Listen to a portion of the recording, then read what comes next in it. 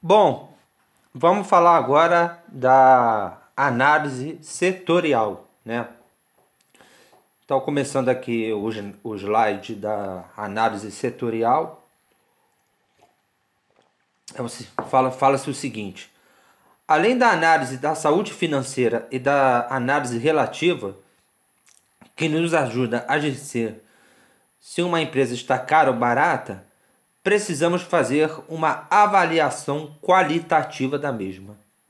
Nesse caso, temos que analisar aspectos como o mercado de atuação da empresa, a forma como se coloca neste mercado, os seus clientes, fornecedores, concorrência e tecnologia.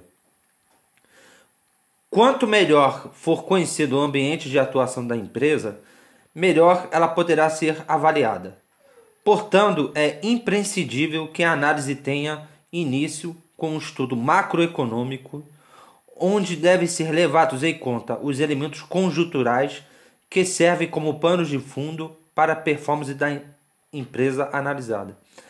Indicadores de desenvolvimento da economia do país, como as taxas de crescimento do produto interno bruto, taxas de juros que são praticadas para a remuneração de títulos públicos de renda fixa, situação cambial, níveis de emprego, inflação, dados de comércio exterior, enfim, tudo que diga respeito ao alicerce sobre o qual a economia está sustentada e irá se desenvolver.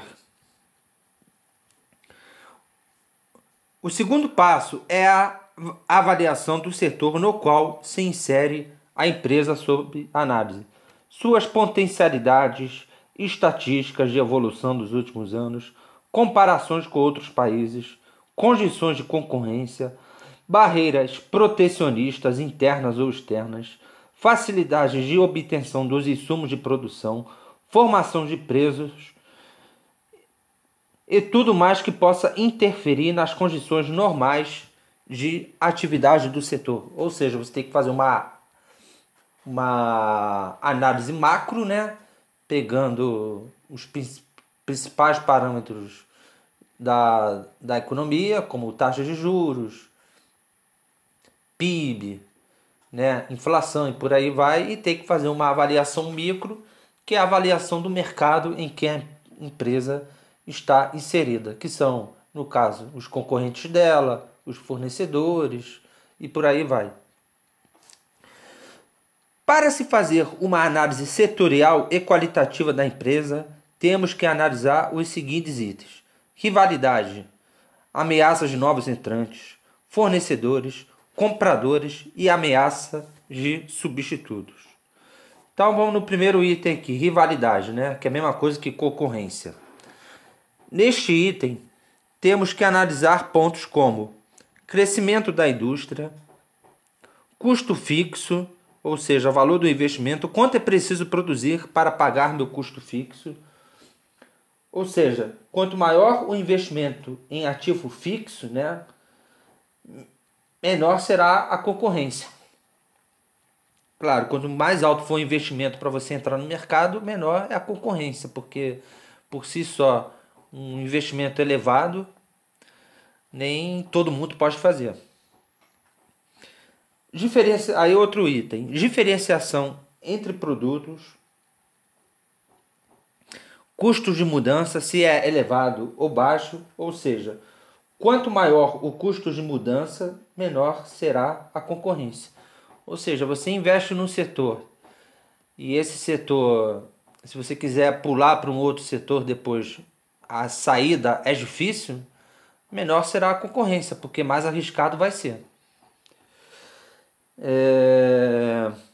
Ainda temos dentro de rivalidade, ainda temos que analisar graus de concentração e equilíbrio dentro da indústria, ou seja, competir com a Ambev, por exemplo, no mercado de bebidas, é muito mais difícil, requer muito mais investimentos e por aí vai, né? É muito mais difícil você entrar no mercado de bebidas, que já tem a Ambev totalmente consolidada, que tem grande parte do mercado, né? Do que você, por exemplo, entrar no setor têxtil. Setor têxtil, uma empresa de roupa, que fabrica roupa. É muito mais difícil você conseguir entrar no setor de bebidas por causa do grau de concentração, ou seja, por causa da consolidação de marcas como Ambev, do que você entrar num setor de têxtil, no setor têxtil, que é muito mais pulverizado. E ainda tem outras informações aqui, como que a gente tem que analisar: diversidade de concorrentes. Por exemplo, indústrias de mineração se diferencia pouco, porém a indústria de tecnologia pode se diferenciar bastante. Ou seja, quanto mais é diferenciado o setor, menor a concorrência também, né? Porque o investimento é muito mais alto. E mais dois itens aqui: complexidade de obtenção de informações e barreiras de saída. Barreiras de saída é a mesma coisa do que custos de mudança. Complexidade de obtenção de informações. Quanto mais fácil for você obter informações daquele determinado setor, mais fácil é de você entrar nele, né? Isso é muito óbvio. Agora vamos falar da ameaça de novos entrantes. Bom, aí além da rivalidade, né, a concorrência, você tem que analisar também itens como ameaças de novos entrantes. Em que nesse ponto as seguintes questões têm que ser levantadas. Economias de escala. Precisa de altos ou baixos investimentos para obter economias de escala, né? Ou seja, quanto maior for o investimento para conseguir economias de escala, maior será a barreira de entrada. Isso é óbvio, né? Quanto maior for o investimento para você pagar seus custos,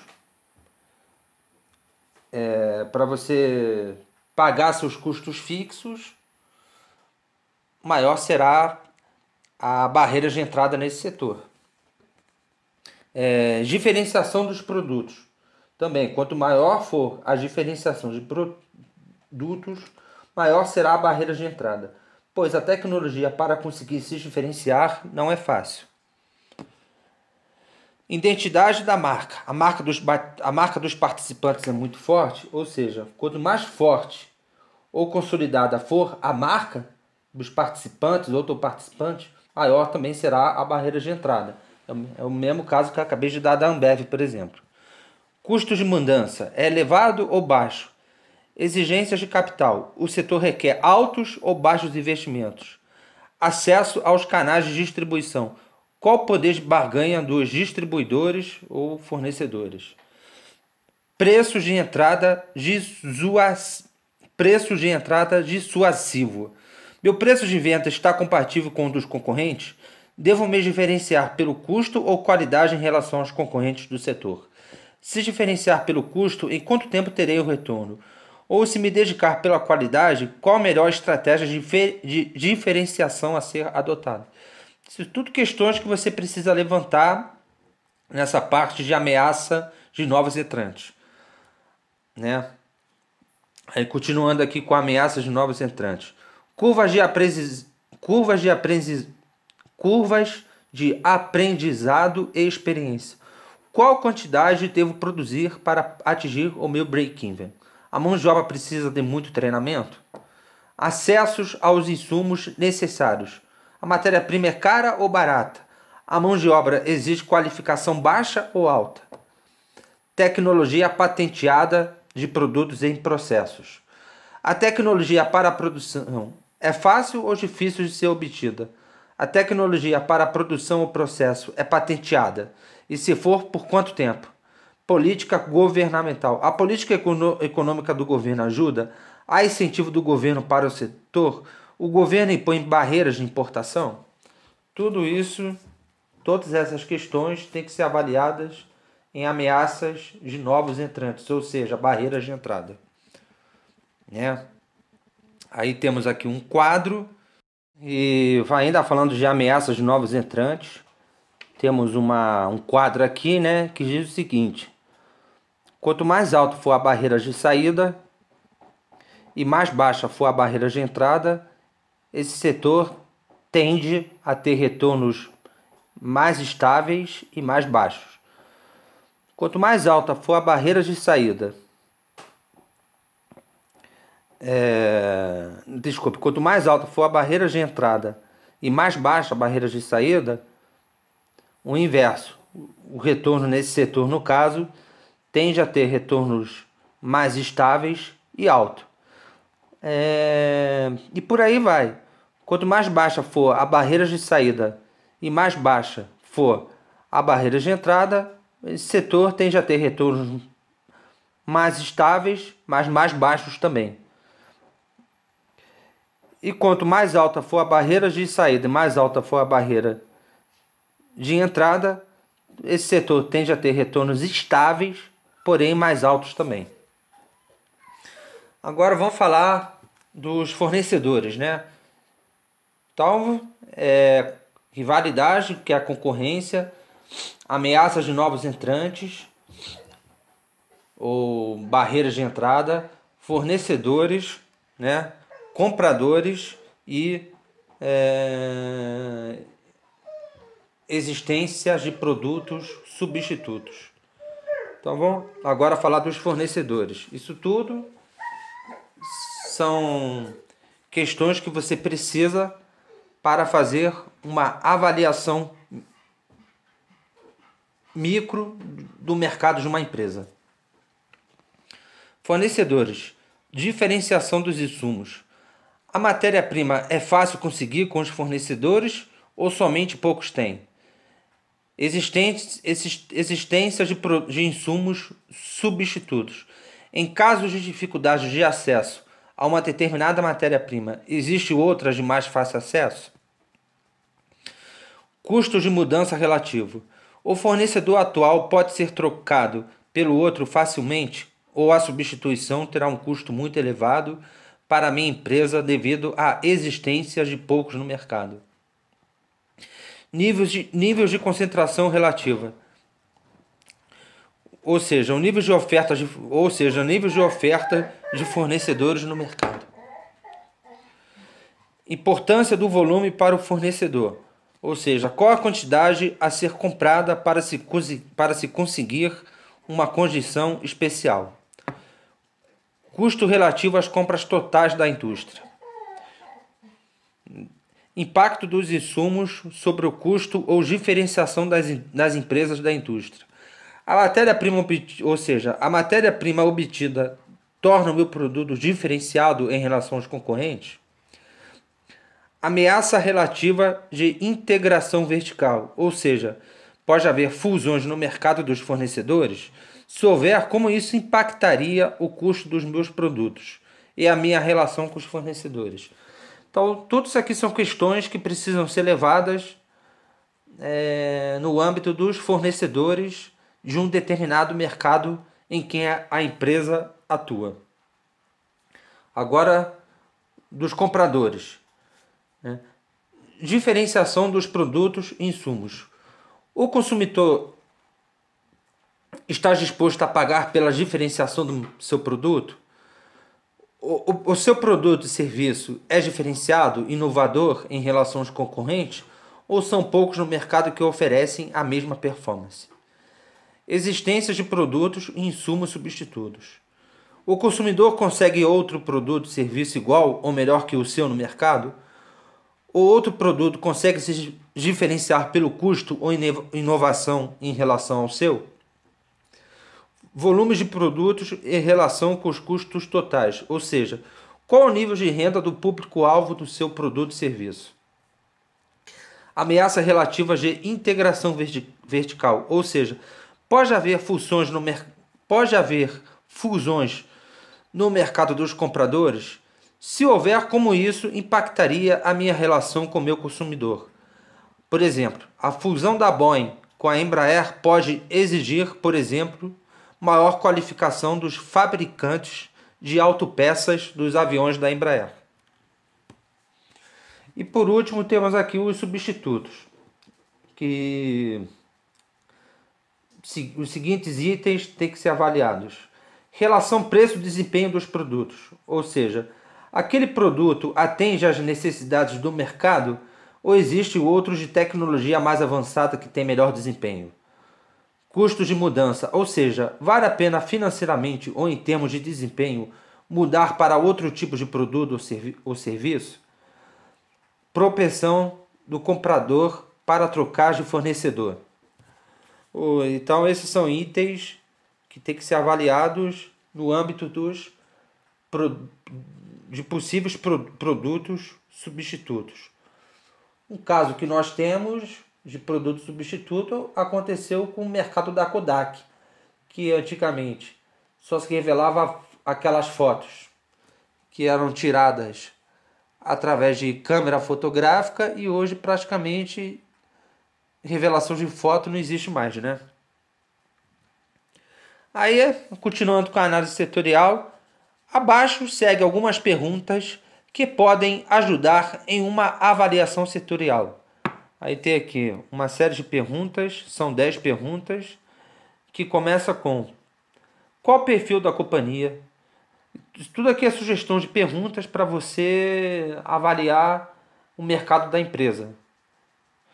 Ou seja, qual o perfil da companhia e avaliar a empresa também, a empresa como um todo. Ou seja, seus pontos fortes, fracos e etc. Então, perguntas do tipo que a gente tem que fazer: qual o perfil da companhia? Quais são os seus mercados de atuação? Qual a participação de mercado das maiores empresas do setor? Qual a política de preço dos concorrentes?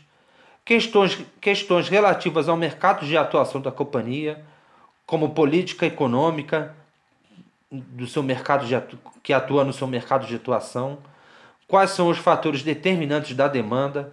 Qual a expectativa de crescimento do mercado de atuação? Aí outras perguntas também. As receitas da companhia estão ligadas a um consumidor-chave ou são pulverizadas? Até que ponto a empresa depende de um único fornecedor? Quais as vantagens competitivas da empresa em relação aos seus concorrentes e setores de atuação? E quais os riscos ou pontos negativos? Perspectivas futuras. A empresa investe em pesquisa e desenvolvimento? A empresa depende do desenvolvimento de novos produtos? Ou seja, há riscos de haver um produto substituto? Ambiente legal e regulatório. Mudanças no marco legal e capacidade de responder a essas mudanças. De que forma o governo pode interferir no setor da empresa? Qual a capacidade da empresa responder a essas mudanças? Um exemplo dessa situação aconteceu na Companhia de Energia Transmissão Paulista, em 2012, que teve suas receitas severamente impactadas pela mudança do governo no setor de energia elétrica com a MP 579, em que ela teve que se reestruturar e com isso conseguiu voltar ao nível de lucratividade de antes da implantação desta medida provisória, que aconteceu alguns anos depois. Ou seja, a transmissão, o governo ele fez uma mudança no setor de energia com essa MP 579. Algumas empresas do setor de transmissão, como a Transmissão Paulista, lá de São Paulo, ela teve suas receitas severamente impactadas e ela foi obrigada a fazer uma ampla reestruturação para ela voltar aos níveis de lucratividade de antes da implantação desta MP. Ou seja, qual a capacidade da companhia responder a eventuais mudanças no marco regulatório do setor de atuação da empresa, ou como a companhia pode responder a uma mudança na política macroeconômica do governo. Enfim, são essas algumas das questões nesse item aqui, que é o item 10, né, que eu acabei de citar. Aí, o último slide sobre a análise setorial, tem algumas observações aqui em que eu ressalto as seguintes. Muitas das informações sobre a análise setorial e as características da empresa podem ser encontradas nos seguintes itens: site da própria empresa, através dos relatórios trimestrais, apresentações institucionais, etc., formulários de referência da empresa no site da B3, ou seja, da antiga BMF Bovespa, ou fazendo ligação para o departamento de relação com investidores da empresa com as perguntas desejadas. Ou seja, esses três tópicos são formas de você conseguir essas informações também, que você precisa para fazer uma boa análise qualitativa da companhia, tanto do seu setor quanto da empresa.